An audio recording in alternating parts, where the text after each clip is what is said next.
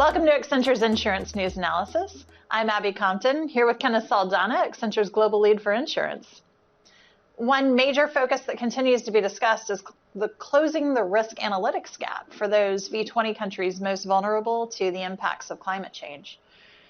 How crucial is establishing interoperability standards around risk modeling, and what do you see as the biggest challenges insurers and governments will face in that process?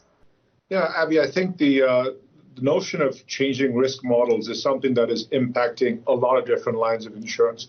I think we've talked earlier in our exchanges around cyber and how that played out and is playing out in capital requirements and industry risk models in cyber. With climate change, we're seeing exactly the same thing play out on the property side.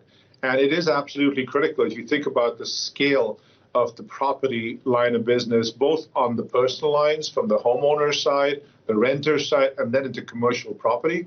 It is a huge line of business and one which is absolutely going through some major changes as climate change changes the underlying risk models.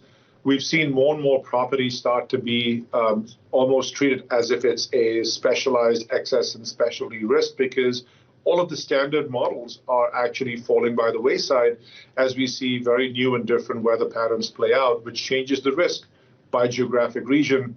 And that's not even you hear about the really major shifts like what happens with increasing coastal flooding, forest fires, etc. But all of those also we've seen changes around extreme weather really for every part of the globe. So this idea of saying what will the new risk models be, and consequently what will the new capital requirements be, and who's going to write this property risk, I think is going to be a very, very big change. There's a secondary side of this, or I shouldn't say secondary, but really the other side of this is really even the energy sector. And what is the insurance industry doing as it actually starts to shift the risks that are being underwritten from some of the more traditional, coal, electricity generation to some of the newer, more sustainable energy sources. So I think from the climate change efforts, we're going to see major shifts directly in the energy sector, as well as what's happening in the property sectors.